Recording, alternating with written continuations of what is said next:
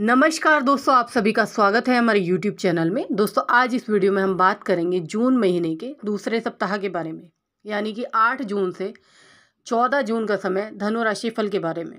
धनु राशि के लोगों के लिए ये सप्ताह कैसा रहेगा, कौन से ग्रह कहाँ स्थित होंगे और आपकी राशि धनु राशि पर कैसा प्रभाव डालेंगे। ग्रहों के प्रभाव से आपके व्यापार, व्यवसाय, कार्यक्षेत्र, शिक्षा, स्वास्थ्य, पारिवारिक जीवन, प्रेम जीवन और दाम्पत्य जीवन पर क्या प्रभाव पड़ेगा, जानेंगे सभी बातों के बारे में। दोस्तों, आगे बढ़े इससे पहले आपसे निवेदन है, हमारे YouTube चैनल को सब्सक्राइब कर दें और पास ही बने घंटे के बटन को दबा दें ताकि हमारी आने वाली वीडियोस की नोटिफिकेशन पहुंचे आप तक सबसे पहले। दोस्तों, बात करते हैं इस सप्ताह के त्योहारों की। तो 9 जून को गुरुवार का दिन रहेगा, गंगा दशहरा रहेगा। ज्येष्ठ मास के शुक्ल पक्ष की दशमी तिथि को गंगा दशहरा का त्यौहार मनाया जाता है। इस बार ये शुभ स्थिति 9 जून को गुरुवार को है और ये तिथि बहुत ही सौभाग्यशाली मानी जाती है, क्योंकि इस तिथि पर ही माँ गंगा स्वर्ग से पृथ्वी पर मनुष्य का उद्धार करने के लिए आई थी। तभी से इस तिथि पर गंगा पूजन की परंपरा शुरू हुई है। मान्यता है कि इस शुभ तिथि पर गंगा में स्नान करने से सभी पाप नष्ट हो जाते हैं और मुक्ति भी मिलती है। अगर गंगा स्नान के लिए आपको जाना पॉसिबल ना हो पाए तो आप घर में ही गंगा जल डालकर स्नान करें, इससे भी आपको उत्तम फलों की प्राप्ति होगी। 11 जून को निर्जला एकादशी रहेगी। ज्येष्ठ मास की एकादशी तिथि को निर्जला एकादशी का व्रत किया जाता है और ये सबसे बड़ी एकादशी है। पुराणों में निर्जला एकादशी के व्रत का काफ़ी महत्व बताया गया है। इस व्रत में पानी पीना वर्जित होता है, इसलिए इसे निर्जला एकादशी कहते हैं। इस व्रत को करने से भगवान विष्णु की और माँ लक्ष्मी का आशीर्वाद प्राप्त होता है और मोक्ष की भी प्राप्ति होती है। बताया जाता है अगर आप साल में पड़ने वाली 24 एकादशी का व्रत नहीं कर पा रहे हैं तो निर्जला एकादशी का व्रत करके सभी एकादशियों का पुण्य आप फल प्राप्त कर सकते हैं। 12 जून को प्रदोष व्रत रहेगा। ज्येष्ठ मास के त्रयोदशी तिथि को प्रदोष व्रत किया जाता है। इस दिन भगवान शिव की और शिव परिवार की पूरे विधि विधान से पूजा की जाती है। 14 जून को ज्येष्ठ पूर्णिमा व्रत रहेगा। इस दिन संत कबीर की जयंती भी मनाई जाती है। इस दिन वट सावित्री व्रत भी रखा जाता है। हालांकि कुछ जगहों पर अमावस्या के दिन भी ये व्रत रखा जाता है और अपने पितरों के निमित्त पूजा अर्चना की जाती है। सप्ताह में बड़े ही सुंदर योगों का निर्माण भी होगा। 9 जून और 13 जून को गजकेसरी योग रहेगा। इसके साथ ही कई शुभ योग भी बनेंगे। ग्रह गोचर की बात करें तो इस सप्ताह में किसी भी ग्रह का राशि परिवर्तन नहीं होगा। सभी ग्रह अपनी पूर्व स्थिति में ही रहेंगे। मंगल मीन में ही रहेंगे और आपके चौथे भाव में रहेंगे। बुध वृषभ में मार्गी चल रहे हैं, आपके छठे भाव में है। मंगल मेष में 23 जून को आएंगे। बृहस्पति मीन राशि में है, आपके चौथे भाव में है। और शुक्र मेष राशि में है, आपके 5वें भाव में है। शनि कुंभ में वक्री अवस्था में आपके 3रे भाव में बैठे हैं, साहस और पराक्रम के भाव में बैठे हैं। सूर्य वृषभ राशि में आपके 6ठे भाव में है।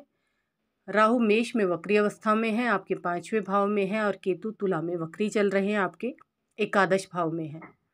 चंद्रमा की स्थिति की बात करें तो चंद्रमा 8 जून से लेकर 14 जून तक कन्या, तुला और वृश्चिक राशि आपके 3 भाव में रहेंगे, 10वें, 11वें, 12वें में। 8 और 9 जून को चंद्रमा कन्या राशि में रहेंगे, आपके 10वें भाव में रहेंगे। 10वां भाव करियर का है, व्यापार का है। ये 2 दिन ऐसे रहेंगे दोस्तों कि आपको परिश्रम का फल मिलेगा, कार्यों को आपके गति मिलेगी और बाधाएं दूर हो जाने से आर्थिक लाभ की भी संभावना बढ़ेगी। संकट का समय अब टल चुका है, इसलिए नया कोई भी काम शुरू कर सकते हैं, इसमें लाभ अवश्य होगा। धन लाभ की संभावना अधिक बनी हुई है। भूमि भवन के कार्य शुरू कर सकते हैं। परिवार के साथ अच्छा समय बिताएंगे। जीवन साथी के साथ किसी मनोरंजक यात्रा पर भी जा सकते हैं। जो लोग नौकरी पेशा है उन्हें लाभ होगा। इस समय आपका संगीत या कला के प्रति रुझान बढ़ सकता है। नौकरी में अफसरों से व्यर्थ के वाद विवाद से बचें। आपकी इच्छा के विरुद्ध कोई एक्स्ट्रा जिम्मेदारी आपको मिल सकती है, जिससे आपके स्वभाव में चिड़चिड़ापन आ सकता है। मन को शांत रखें। परिवार में सुख शांति रहेगी। घर में सुख सुविधाओं का विस्तार होगा और इस समय आपको मित्रों का भी पूरा सहयोग मिलेगा। 10 जून, 11 जून और 12 जून को चंद्रमा तुला राशि में रहेंगे, आपके एकादश भाव में रहेंगे। एकादश भाव आय का, लाभ का और मित्र से संबंधित है। इस समय आशा निराशा के भाव मन में आ सकते हैं। जीवन साथी के स्वास्थ्य के प्रति सचेत रहें, माता पिता का साथ मिलेगा। अपनी सेहत का भी ध्यान रखें और इस समय आप आत्मविश्वास से भरे रहेंगे। धर्म कर्म में रुचि बढ़ेगी आपकी, लेकिन परिवार में आपसी मतभेद हो सकते हैं। क्रोध के आवेग से इस समय बचें, परिवार का साथ मिलेगा। यात्रा के भी योग बन रहे हैं। जो लेखन या बौद्धिक कार्यों से जुड़े हुए हैं उनके लिए लाभ की स्थिति बन सकती है। 13 जून और 14 जून को चंद्रमा वृश्चिक राशि में रहेंगे, आपके 12वें भाव में रहेंगे। 12वां भाव सुख, अनिद्रा, विदेश मामले और यात्रा से संबंधित है। इस पूरे सप्ताह की बात करें तो दोस्तों, धनु राशि के जातकों के लिए चंद्रमा 10वें, 11वें और 12वें भाव में गोचर कर रहा है, जिसके फलस्वरूप इस सप्ताह आप में से कुछ लोगों को कई महत्वपूर्ण फैसले लेने के लिए बाध्य होना पड़ सकता है, जिससे आप खुद को तनावग्रस्त और चिंतित महसूस करेंगे। इस कारण आपकी सेहत में कोई गिरावट भी आ सकती है, पर आप उसकी ओर ध्यान भी नहीं दे सकेंगे। तीसरे भाव में शनि होने से ये सप्ताह आपको सामने कोई व्यक्ति नई योजना के साथ आपको नए करार के फ़ायदे दिखा सकता है। ऐसे में कोई भी बेवकूफ़ी भरा काम ना करते हुए जल्दबाजी में फ़ैसला लेने से बचें, क्योंकि उससे आपकी उम्मीद के मुताबिक लाभ नहीं मिलेगा।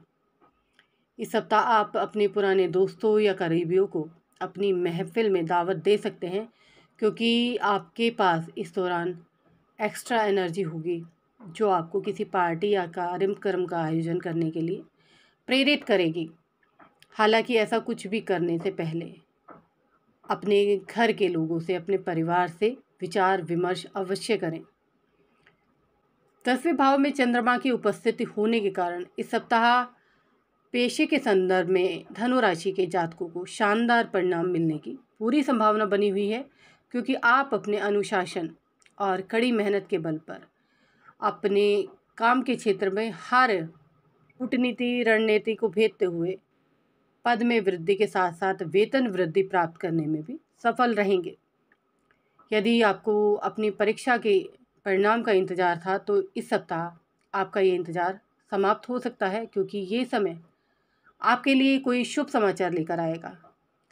खास तौर से वो छात्र जो पढ़ाई के लिए अपने परिवार से दूर रहते हैं, हॉस्टल में रहते हैं या फिर पीजी में रहते हैं, उन्हें इस दौरान अपने माता पिता से प्रोत्साहन मिलने के पूरे योग बने हुए हैं।